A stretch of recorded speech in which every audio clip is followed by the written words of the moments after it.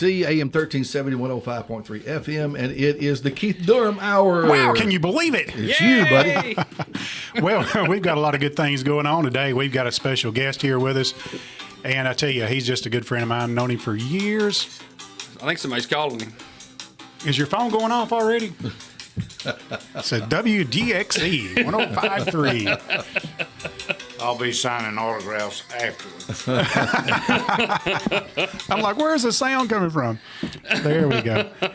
That's cool. That's not a big deal. Our guest today is Mr. Jerry Hughes. I've known Jerry for years, and Jerry is a lifelong, I believe, I don't want to just misstate that he's a lifelong Lawrence County resident, and he is vintage 1943, which was a good year. We didn't talk about this. Roosevelt was president, right? And I don't know. I guess it was at the end of his presidency. He served one more year or what? One or two more years. 2 more years. Okay. Then we had a Mr. Harry Truman. Yeah, that's right. Which the papers reported that he lost the race, right? We've been experiencing that before.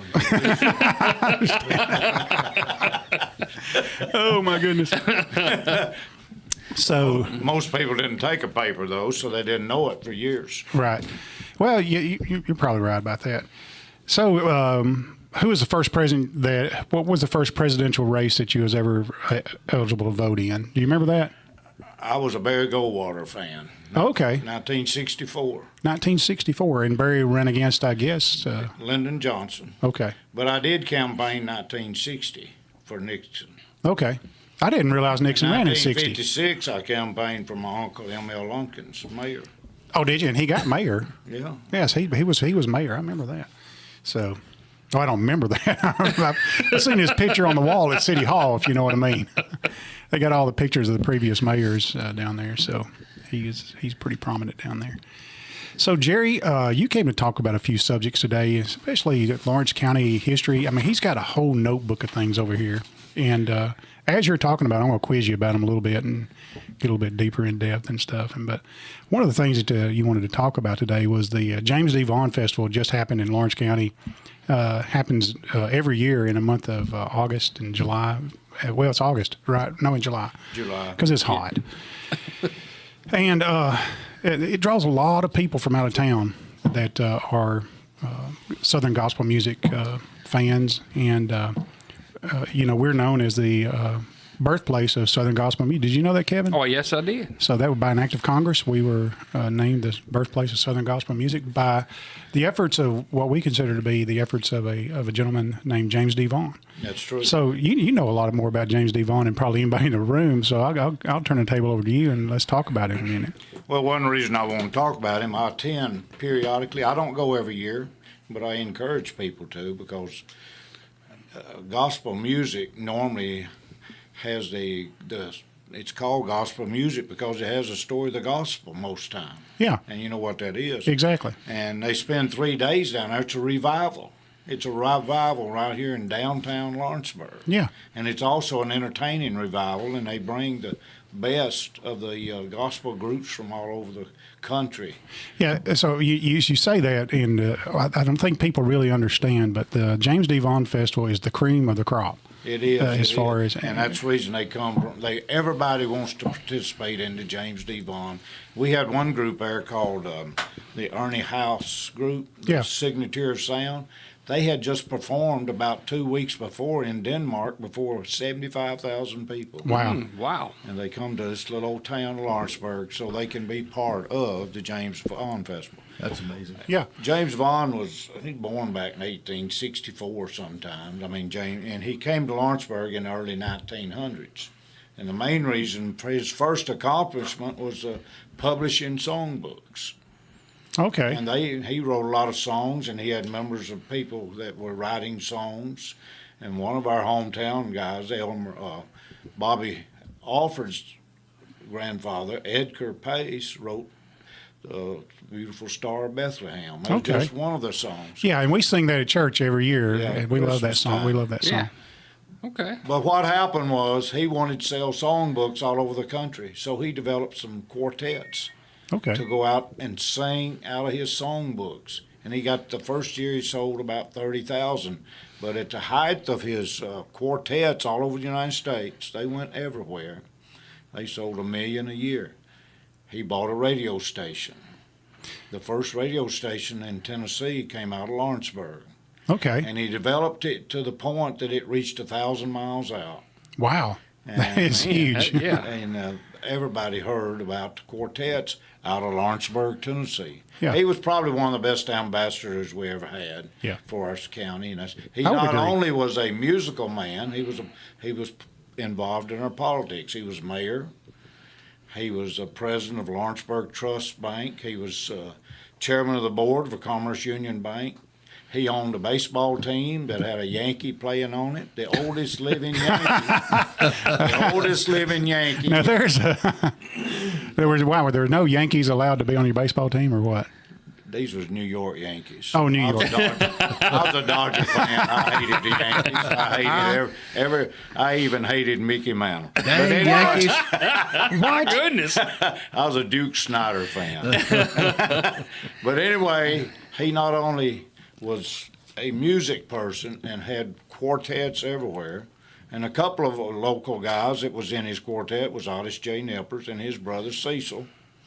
But I had a picture here I was going to show you. One, it showed a picture of him being at Tom Massey's Dodge dealership on the square where Park Belts used to be, where Providence Hall is. Yeah. He was buying a fleet of... That was a car dealership? Yeah. Wow. He was I didn't know Dodge. He was buying a fleet of Model Ts or a little up newer to send his quartets out in. Wow. And he said the problem they had with the cars, they had to crank a lot and put a lot of water in them to keep them going. But he didn't complain about gas, which is what we all complain about today is gas. That's true. So he sent so his salesmen were his salesmen were quartets. And they sang at conventions, revivals, tent meetings, and but they were all over this country, from Mexico to Canada, from California to New York. And Wow. like I said, he got up to selling over 1 million books a year, his song books. Wow. Actually, at this recent revival of the James Bond music, they had a bunch of song books out on the table for 50 cents or $1, and they were gone time the show was over. Oh yeah. But other things he was involved in was the community. Like I said, he was mayor, Yeah. and he developed the Nazarene Church here. Okay. This is a pretty big item, I think. Behind the administration building there, he bought a big old garage building, kind of a warehouse area. Okay, you're going to have to explain where you mean behind the current city administration building, off the square. Yeah. Okay. Behind the Lawrenceburg Hotel and his music store. That's what used to be there. So somebody told me that's where the radio station used to be, where the old First National Bank was, which the city has taken over now. That used to be the radio station. WOAN. Okay. And he sold that later, but behind there was a bigger building that he moved his operations in, printing music, songbooks, etc. And he had people come in here from all over the country to learn. They did the Fa Sol La Ti. Okay. Are you familiar with that? I am not. Singing. I am. We used to have church services Yeah. here years ago, and they sang the notes. Yeah. So I don't understand that. Tell me what you're talking about. Shape Notes. Okay, Shape so you got shape notes. What does that mean? Well, it's a Each shape means a sound or something? What comes out of your mouth. It was it was Fa Fa Sol La. Sol, you Fa know. Sol La Ti Do. They would sing the notes rather than the words. Yeah. Oh, okay. Tenor, alto, etc. It was a So sound you would of the just hear the notes. words fossil You would and just literally? hear the notes. Yeah, you would say those three things. I'm assuming it was a way to learn to sing and learn music. And read the It is- music. It was his first way of he was teaching people music. Yes. Was by learning the notes. Boy, I need to do that. It's kind of like when you play a musical instrument, you need to know the notes. Yeah. And it wouldn't hurt for you to practice, but Yeah, it definitely, you got that right. It wouldn't But hurt I at all. remember I grew up in Salem Church of Christ out here, and Yeah, you didn't have a piano to keep you on key, did you? we had Fa Sol La Ti. Well, it doesn't help me either way. We so had the it, real music. Yeah, it doesn't help me either way. And There were a lot of old primitive Baptist churches that had Fa Sol La singings Yeah. too. So I've had the privilege to speak at several churches around Lawrence County, And they've got some old hymnals, and I see the things, they're like triangles, you know, it's like in our songbook, like a quarter note is, or a half note, they're like circles with stems on them. These are like triangles and squares. Is that what y'all are talking about? Are those That's that what we're shape? talking about. Shape notes. Something. Shape Okay. notes.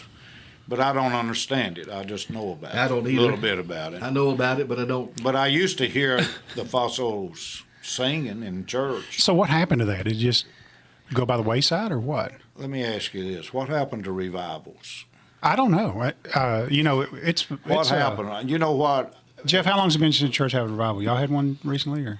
Well, no. And we discussed in our church. We have not either. We've changed the term from revivals to Bible conferences. What we had. When I see. What we had back in the late 40s and 50s. Every church had revival. This community talked about revivals. Revivals. What is a revival? Have we got a song that says "Revive Us Again"? Yeah. That's what I've heard that. I know the words. Yeah. That's what a revival is. You bring in a new voice to give you some new revival. You know, a baseball team, a football team, businesses, they bring in outsiders to revive their employees. Mm-hmm. So why don't we do that in church anymore? Yeah, that's a good question. We actually discussed this at our church, that it's been a while since we've had a revival there. And the last Well, I revival. think some of it's terminology. Yeah, I think you're right. Yeah. I can remember I can't remember the black church over on Buffalo Road. Great speaker. He came to our church. Their whole church came, and they stood up the whole time. And man, what a great night of revival it was at church. And their church never sat down, and they got the whole program. So they sang, and he preached, and I'm telling you, I've never seen anything as lively as that in my life. It really, I walked away revived from that. That's what the James Devon Festival is. You Yeah. just kind of described it. People stand up and they're involved in it, and the music brings out revival in you. Yeah. And they're singing about Jesus. I mean, it's what they're singing about. Right. There was, John Kelly hosts this every year. The Kellys are the hosts. They're the hometown team, I guess. He was, after one of his programs, maybe the first one, a cousin that he had no idea what their spirituality was. One of his cousins came forward and accepted Christ right there. Wow, that's awesome. John did not That's know what it's that about. was going to happen. That's true. Yeah. But that's what the revival. James Devon died in 1941. He's got a big church now. They called it the Tabernacle behind the current Lawrenceburg Municipal Building, right in that area. Yeah. It's seated over 500 people. The day his funeral, there was over 500 people inside the church. There were so many people at this funeral, they had microphones outside. They estimated 7,000 people showed up for his funeral. Wow. I can imagine, back in the 40s, he would have been the biggest thing in town, as far as that goes. Biggest Like thing a in celebrity. Yeah, he was a celebrity all over the country. Yeah. It wasn't just only, they said probably 2,000 or so from Middle Tennessee showed up. 4,000 people came from across this country. And that's what we're having here at this revival, which is great for Lawrenceburg. We got all these people coming in, spending money and renting hotel rooms and eating and shopping. And they came this year, I heard, from North Dakota to Miami. Yeah. We had people here. But James Devon, it was a great thing. I would just encourage Lawrence Countyans. There was 35 tickets sold this year. People live in Lawrenceburg. Yeah.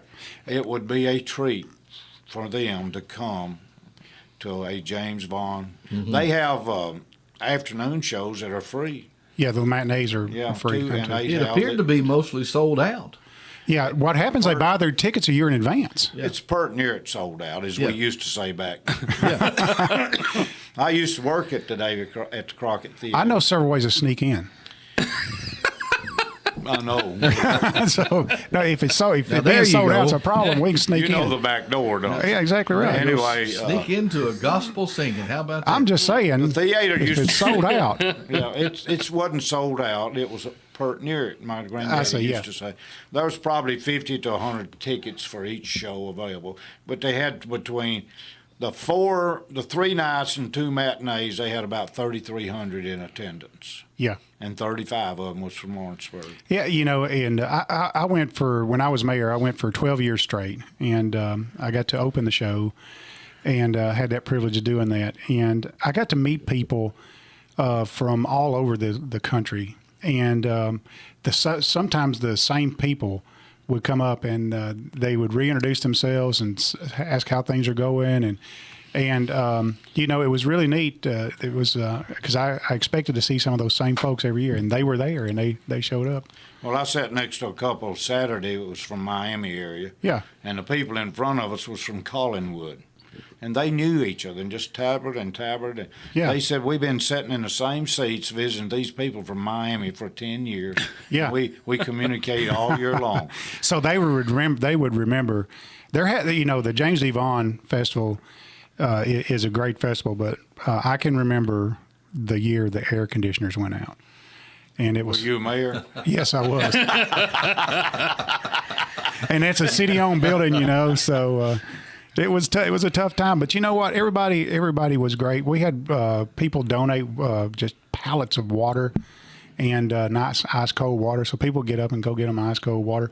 And during that time, the bathrooms got renovated. It used to only be just a very few toilets there, and so that has all been renovated. If you hadn't been in the James D. Vaughn, if you hadn't been in the Crockett Theater in probably 10 years, you haven't seen the new restroom. They're nice. And it's probably the nicest theater in Tennessee. It is. I would agree. knew Louis Rulander built that. I worked for him at the theater back in the 50s. Yeah. It was a treat to get to work there and sell candy and popcorn. Now my popcorn partner was a famous guy named Calvin Hyde. Oh, my goodness. Calvin and I popcorn, and every few minutes he'd, hey, Jerry, get the lard. My nickname with him till he died was Lard, L-A-R-D. But anyway, we had a lot of fun, and Louis Rulander was a great man. And someday, if you have me back down here, we'll talk about some of these men. But Crockett Theater was built on a croquet course. Really? There was a beautiful lawn. I told you he goes way back. There was a beautiful lawn up there next to North Funeral Home, where have you ever watched? Was it even before the Commerce Union Bank was there? Yeah. Okay. I mean, nothing was there. It was a croquet yard right in that Okay. area. Wow. Anyway, you've watched the last manicured croquet yard I saw was at Jekyll Island when I was visiting one of the kids down there. Yeah. You remember the movies? They all come out in their fancy clothes and all. And their knickers, they play yeah. croquet. Yeah. And that's what we had there. James Vaughn was one of the biggest players there. And it would talk about people playing croquet. So then, of course, the beautiful theater took the place of the beautiful croquet yard. And I mean, did you ever play croquet there?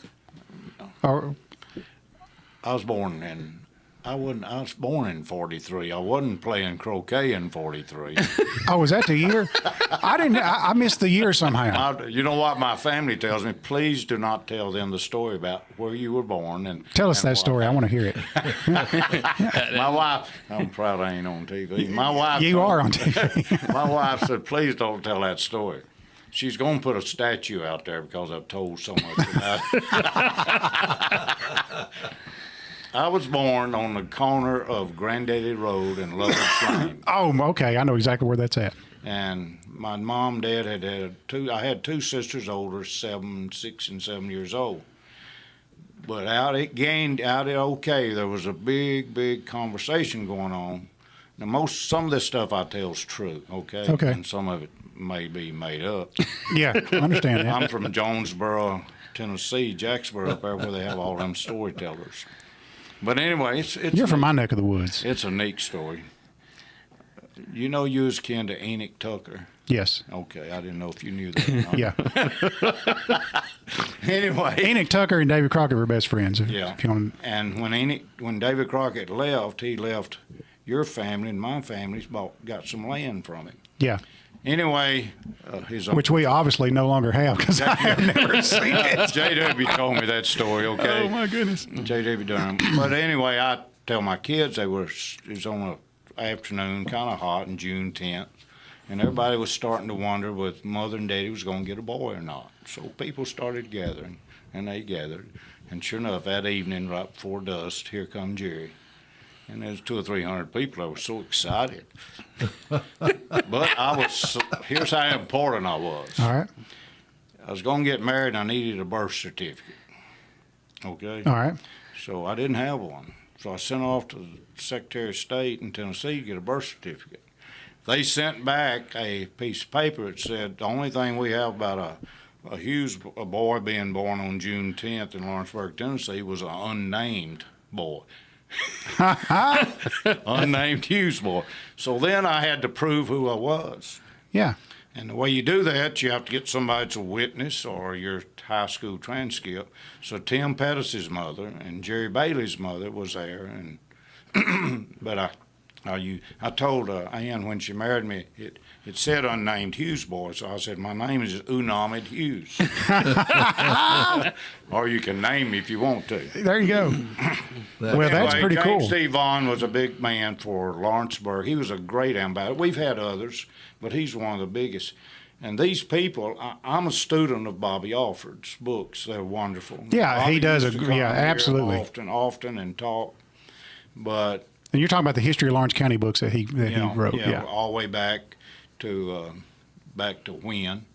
I had a cousin named Ben. My mother was a Welch. My mother's granddaddy had 15 kids. He was married. His name was James Howard Lumpkins. Each wife died, I guess, from having kids. I don't know, but he had From childbirth. My goodness. he had 70 grandchildren. Lumpkins. Yeah. A lot of them live in Lawrence County still. Here's probably some of your kinfolks calling in right here. Yeah. Yeah. I guess we can take a phone Yeah, call. let's You wanna see. take Let's a see phone who's call? calling in. Hey, good morning.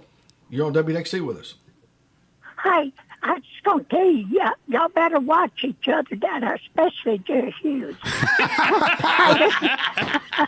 They're on you. I was over his house yesterday afternoon, so, yeah. And I thought, I got to call and tell them that. All right. Well, thank you, hon. Thanks for calling. for the warning. Thank you. So you know who that Bye-bye. is, Jerry.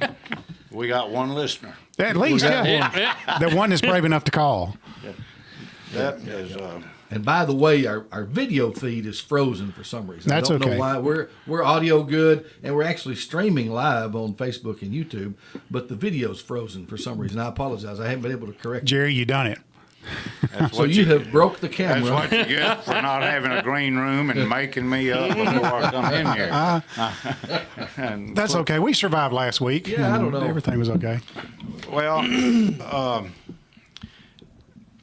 one of you want me to, I love growing up in Lawrenceburg. So let me add, before you get on it, let me ask you a question. What brought up the Enoch Tucker deal a minute ago? Do you remember? I was looking through some of my history. Yeah. And I saw the piece of paper that where they transferred property to the Welches and the Tuckers. Do you know which one it is? I don't even know which property it is. Somewhere down in Westbourne. I'd have to get it and read. J.W. gave that to me one day at Oh, the okay. bank, and he said, you know that George Washington Welch, which was my great-grandfather, who happened to be at Appomattox when Lee surrendered to what's his name? Yeah, I can't remember. Wow. How about that?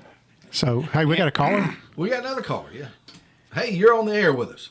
All right, ask Jerry Hughes if he remembers who picked the most cotton in Lawrence County, Tennessee, and I'll hang up and listen.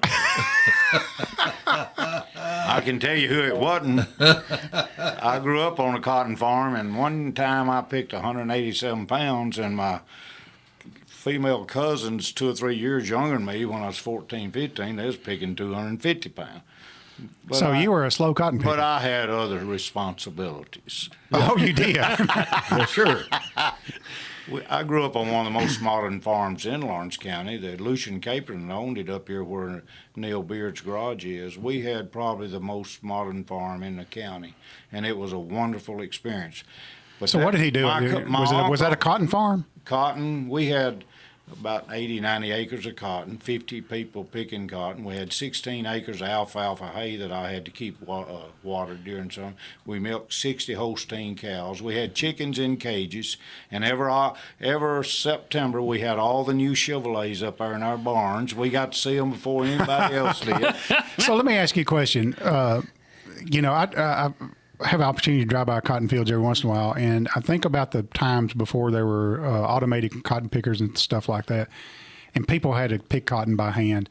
Was there not ever a thought that went through your mind, as, oh my goodness, we're fixing to start this field, or you know? I've been driving up in front of John Sharp's up there, and they got rows a mile long, and I said, man, I'd hate to tackle one of those rows picking cotton. But let me answer this guy's question. Yeah, go ahead. My Uncle Lois. There we go. My Uncle Lois. Somebody's let the chickens my out. Uncle Lois Hughes and his family would come to pick cotton, and I don't know if you know Gary Hughes out at Fort Mars Hill. Yes, I do. That's his granddaddy. They would come and bring about 8 kids to pick cotton. And Aunt Trini would pack their lunch. I mean, she'd have gallons of pinto beans and baked potatoes and sweet potatoes and onions and tomatoes, and they were eating better out in the field than we were in the kitchen.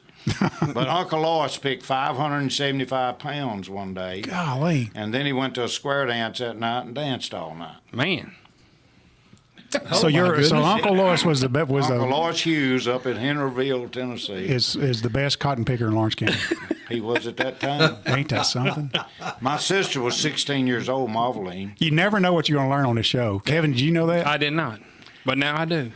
That's awesome. Now, we had several people that could pick 300 and 400 pounds a day, but So I've seen these the bags that you pull behind you, I guess, or hang under your cotton sacks, cotton not sack- bags. Cotton sacks. I don't know the terminology. I've never done it. And you wrote your name on cotton sacks, and they had tar on the bottom of them to keep them from wearing out. Did you ever put rocks in there, dirt clods, or anything like that? Well, my daddy owned a cotton patch.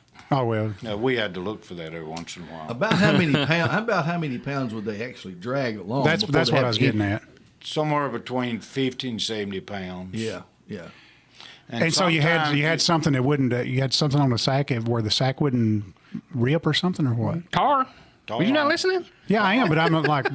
Tar That on? seems to me like we put tar on a cotton sack, Well, everything it wasn't sticks much. to the. It wasn't much. Oh, okay. Just a tad. Just a little bit. Yeah. But Uncle Lois bring a family. They made a lot of money. He had 6, 7 kids there, and they was making $40, $50, $60, $70 a day during cotton time. That's good money. That's we good paid money. $2 to $3 a hundred. But the most the guy that had the biggest deal going at our cotton was Jimmy Blue, the CPA here. You remember him? Yeah.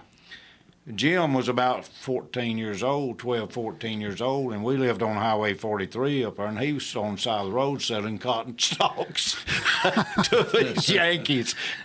Oh, they coming in. They want. I understand that. I'll tell you how busy that highway was in 1953 and 4. It was a 2-lane too, right? Yeah, it was. And my granddaddy was about 84, 85 years old, Granddaddy Hughes, and he was sitting on the front porch while we were all out in the fields. We come in at lunch, and he said, y'all ain't going to believe how busy this road's been this morning. He said at least 38 cars went by. Golly. It was busy. Yeah, it was. That was a great time. And Lawrenceburg, the old Lawrenceburg was a delight to be a kid here. Yeah. It was. The square was it was a meeting place. I mean, old Lawrenceburg was something special. I would agree to that. And, you know, I grew up south of the square behind the old Presbyterian church down there. And I think you lived down there for a little while, didn't you? Yeah. For a year or two maybe or something like that. Because I think that's where I first got acquainted with your children. And we were friends down there. And so this would have been back in the 70s, I guess. It was. And my grandfather, as far back as I can remember him, he's never drove a vehicle, nor my grandmother. My grandmother never had a driver's license and never drove a vehicle. So, but they lived close to town at that time, and they could walk to town. My grandfather was one of these guys that stayed on the square, and you could buy pocket knives or watches. And I don't even know if you remember my grandpa or not. I do. I remember the hat he wore. Yeah, he always wore a Stetson hat. Yeah. And you know, I went to school 15 years, and I missed one day of school in the first grade, and I missed one day of school because my grandfather asked me to drive him to get a new hat. And I said, yes, I'll take you. And I took him to Tuscumbia, Alabama, and he was giving me directions. And I thought, we're never going to make it there. But he drove us right straight to the front door. We went in there. He knew the exact hat he wanted and got it and left. But he also told me, he says, next time you're up in Nashville, just go up there and take a left and get you a set of tires. And I'm like, take a left? Where? Yeah, out there where the country store is, next to the golf course, my granddaddy never owned a car, never owned a house, never owned much anything. Yeah. I told my kids this story. My grandma died she died in 1949. I was about 6 years old. Yeah. Well, I had to stand up to eat because we didn't have enough chairs, and my sisters got to sit down. I stood at the table all the time. So grandma died, and I was so happy because I inherited the chair. Oh, my goodness, Jerry. My granddaddy was walking to town. He lived out Gandy. Yeah. You know where Gandy is. And he was walking by where the golf course is now on Highway 64 headed to Lawrenceburg. And he walked everywhere he went. And a couple of young guys stopped by, and they said, Mr. Hughes, you want to ride? And he said, no, boys, I'm in a hurry. He cut across the field. But I tell you what I love about Lawrenceburg Square. That's where people congregated, especially on weekends. Mm-hmm. I love the courthouse. Yeah. I love Coons. Oh, yeah, I remember Coons. Coons, they had up front was the popcorn and the candy, and the 2 and 4 and 5 cent toys was over to the right. And you could play around the square.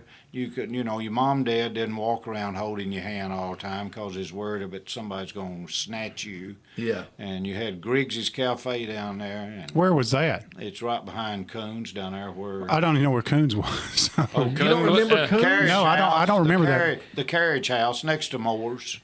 Chunky Moore's. Okay. The corner of Waterloo. Okay.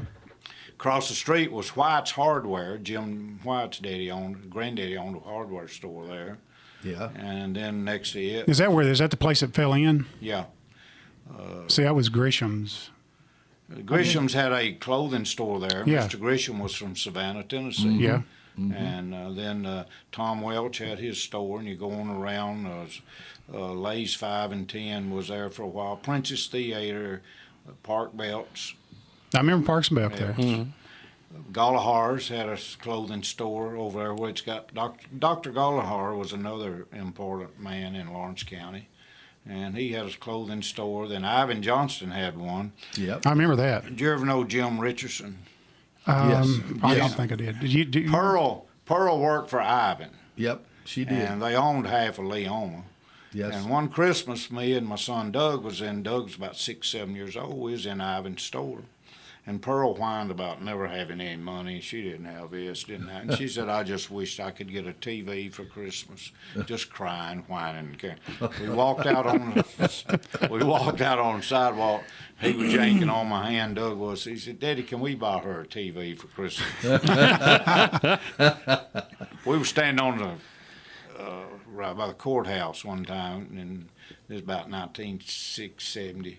Doug was 6, 7 years old, and I was talking to a gentleman that y'all know, and his language was cursing all the time. A little salty. It's salty. Colorful. I mean, it was bitter. I see. So Doug looked up at him. Doug's 6, 7 years old. And he said, "You sure do cuss a lot." Oh my goodness. So talking about the square, there's some and when I was mayor, we were going through some of the old outdated laws. You couldn't run your hogs through the courthouse. Was that an issue back in the day? I mean, obviously it was because It was, but we did have some human hogs going through there. Oh, you did.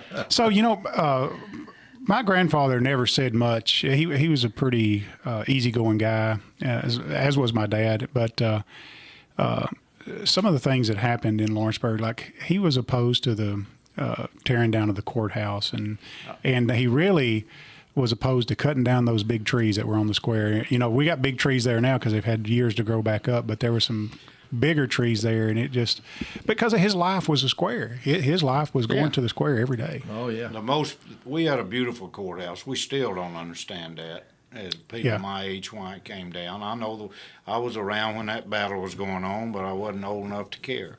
Right. I mean, as I got older, I remember I called Keith one time when they tore down the cigar factory. Yeah, Remember that? exactly. Yeah, I remember that. Yeah, and I said, next time you get opening, I want to be on that. And I did serve on it for several years to protect our building. We got one right now that has to be a concern to us, is the old Cumberland Presbyterian Church. That's right. Yeah. We cannot let that disappear. And I don't know what we have to do as a community to save it. Is that the oldest church in town, or do you know? Built in 1853 or 63, yes it is. Pulaski Street had a beautiful First Church of Christ built in 1900. We had to tear it down and have a parking lot. Yeah. We tore down a cigar factory. We tore down several things while I was mayor, and there's a difference in being old and being historic. And I think we had that conversation back in the day when you were on the historic commission. And there's just some buildings that are old, and then there's some buildings that are historic. And we can't maintain the historic zone that was Bobby Alford drew out the old city. And that was a pretty much, historical yeah. zone. Yeah. What really needs important is this 4 streets leading into the square, and pick out other buildings too. But those are the 4 streets that really needed to be maintained, and they're doing a pretty good job of it. C.F. McGee's wife, people were fussing about the historical zone, which Mayor Catherine had somebody wanting to buy our house one time. You know, the one up there, the big one.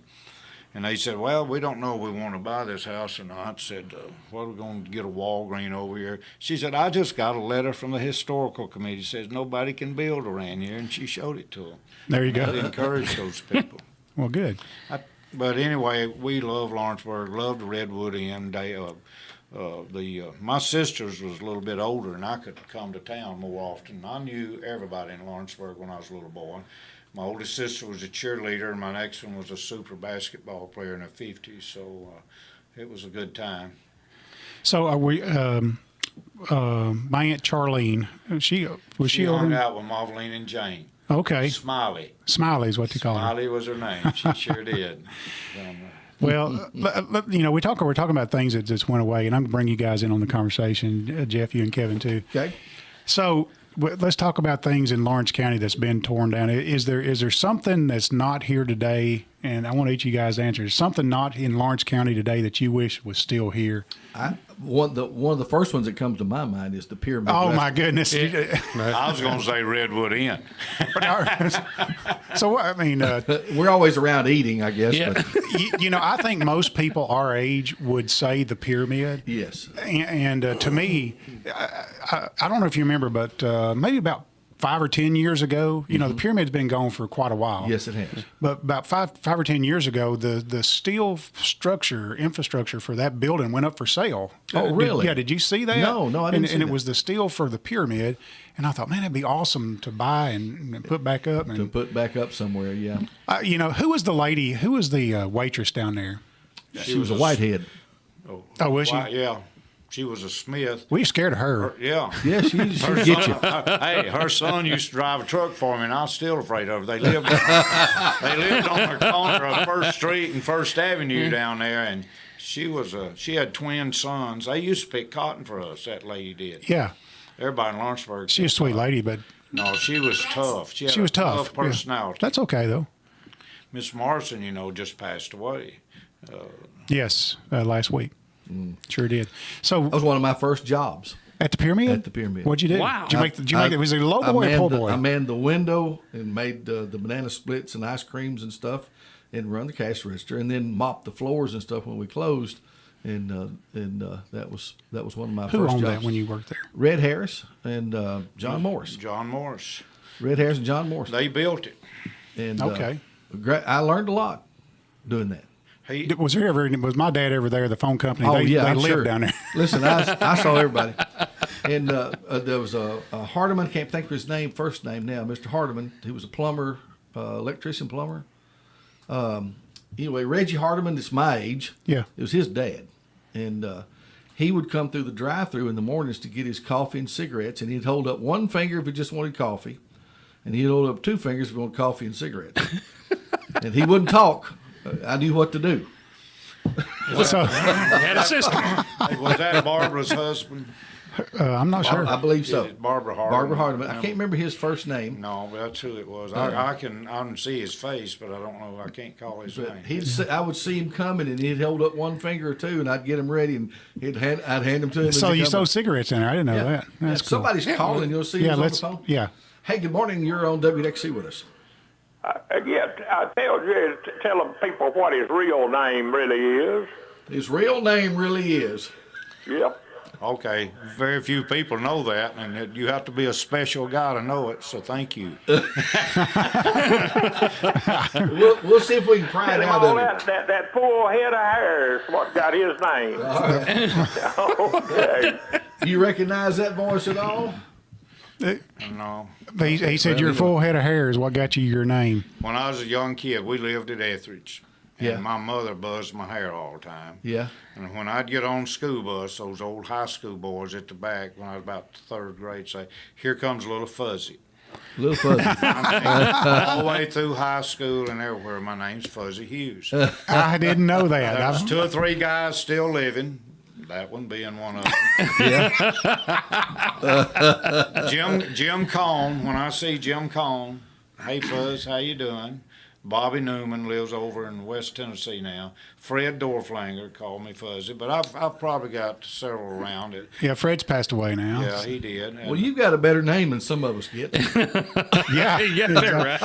Fuzzy's not that bad. But anyway, I had a freshman one time come up to me and say, "Hey Fuzzy, how you doing?"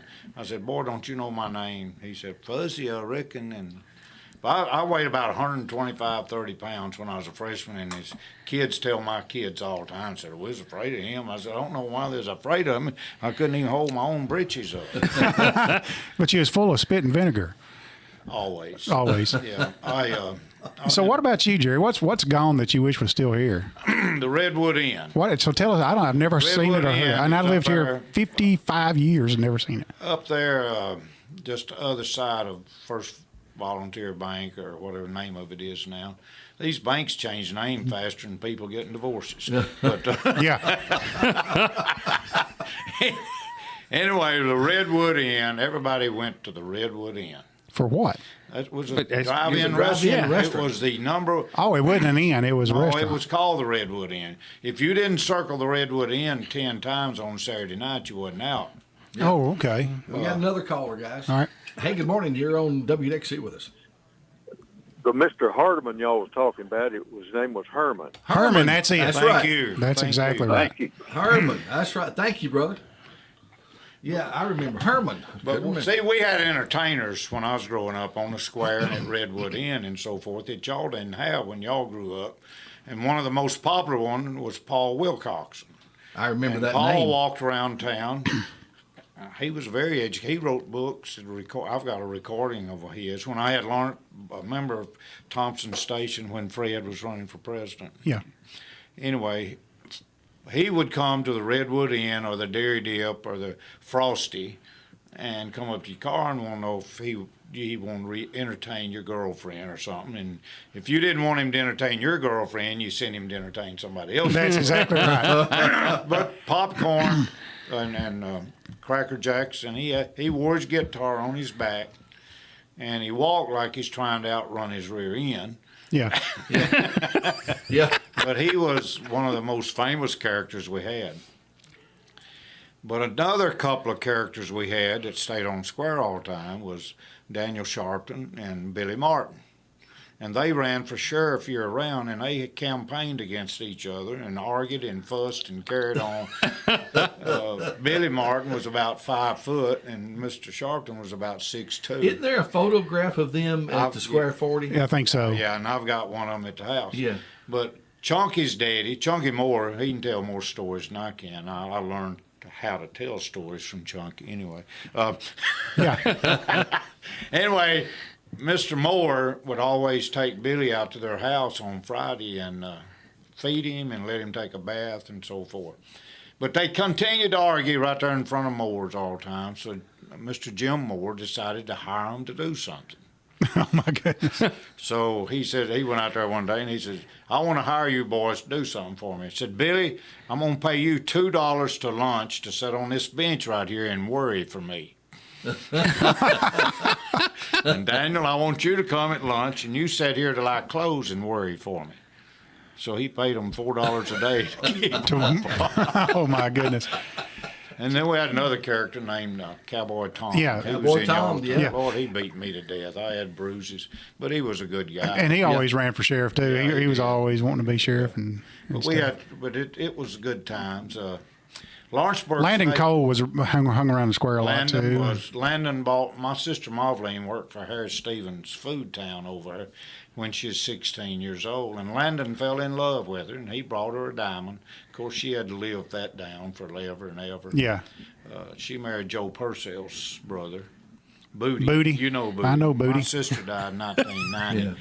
Yeah. You saw me over there talking to him one day. Yeah. I mean, I know Booty. Yeah, he loved to look at your cars, didn't he? He did. He sold cars for Ian Parks. He had a hard top 1957 Ford where the top came down, went into the trunk when he sold cars for Dookie Parks. Yeah. I'll tell you what, I want to come back sometime, or I want to tell you about. Yeah, because we didn't even scratch the biggest- surface here. We have not. We have not scratched the surface. It's I unbelievable. want to tell you one of the most interesting stories, and this is when Lawrenceburg started to change a little bit. It didn't change dramatically to start with. So Murray Ohio didn't make it change or what? It did over 5 or 6 years. They didn't come down and change us overnight. We changed them. Really? Yeah. They loved this town, and our people love them. Yeah. Oh, But yeah. anyway, the beginning of Murray, Ohio is a story that Then you wouldn't- don't get into it today. I want you to come back and let's talk about It that. is That's like my take on. amazing. It's absolutely amazing what happened in this town in 5 months, Really. 5 or 6 months. It is amazing. It puts chill bumps on me.